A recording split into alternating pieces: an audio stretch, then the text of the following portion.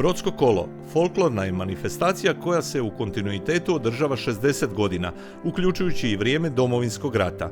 Od 1991. smotru organizira folklorni ansambl Broda, koji kontinuirano tijekom cijele godine obogaćuje programe manifestacije te povećava broj dana njezinog održavanja.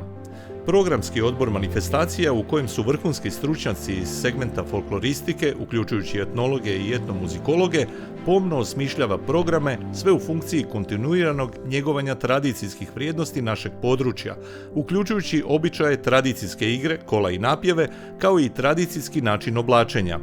Sastavnice su smotra pučkih igrokaza, smotra puhačkih instrumenata, dječja smotra i drugo, s tim da se kao najatraktivniji programi mogu izdvojiti središnji programi manifestacije, koji se odvijaju tijekom mjeseca lipnja i to većim dijelom u tvrđavi Brod, uključujući folklornu večer, smotru izvornog folklora, koncert folklornog ansambla Broda, svečanu povorku sudionika manifestacije iz svatovskih zaprega, te reviju hrvatskih narodnih nošnji i izbor najljepše Hrvatice u narodnoj nošnji. Svake se godine za titulu najljepše Hrvatice natječe 30-ak sudionica natjecanja, odjevenih u narodne nošnje iz svojih krajeva, uključujući sve dijelove Hrvatske kao i dijasporu.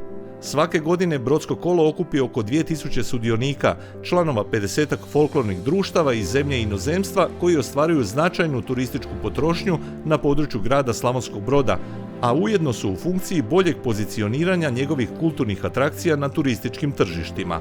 Kako bi zahvalili na 60 godina kontinuiranog postojanja, njegovanja i promicanja izvorne slavonske tradicijske kulturne baštine, kao i vrijednog doprinosa u prepoznatljivosti jedinstvenog folklornog izričaja na ponos građana i grada Slavonskog Broda, dodjeljuje se javno priznanje i nagrada Grb grada Slavonskog Broda.